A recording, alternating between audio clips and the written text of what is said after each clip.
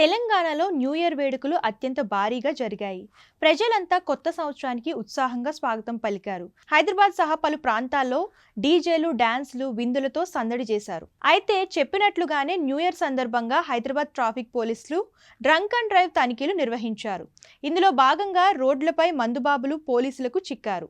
హైదరాబాద్ నగర వ్యాప్తంగా మొత్తం 1184 డ్రంక్ అండ్ డ్రైవ్ కేసులు నమోదయ్యాయని పోలీస్ అధికారులు తెలిపారు. ఈ కేసుల సమయంలో కొన్ని చోట్ల ట్రాఫిక్ పోలీసులతో మందుబాబులు వాగ్వాదానికి దిగిన సంఘటనలు కూడా చోటు చేసుకున్నాయి.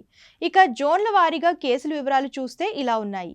ఈస్ట్ జోన్లో 236, సౌత్ ఈస్ట్ జోన్లో 192, వెస్ట్ జోన్లో 179, సౌత్ వెస్ట్ జోన్లో 179, నార్త్ జోన్లో 177, సెంట్రల్ జోన్లో 102 కేసులు నమోదయ్యాయి. ఇక పోలీసుల కఠిన తనిఖీలను చూసిన కొందరు కొన్ని చోట్ల మందుబాబులు బైకులను వదిలేసి పారిపోవడానికి ప్రయత్నించారు.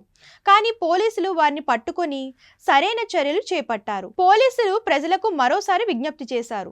డ్రంక్ అండ్ డ్రైవ్ వంటి ప్రమాదక చర్యలు తగవని, ఇతరుల జీవితాలకు ముప్పు కలిగించేలా వ్యవహరించవద్దని సూచించారు.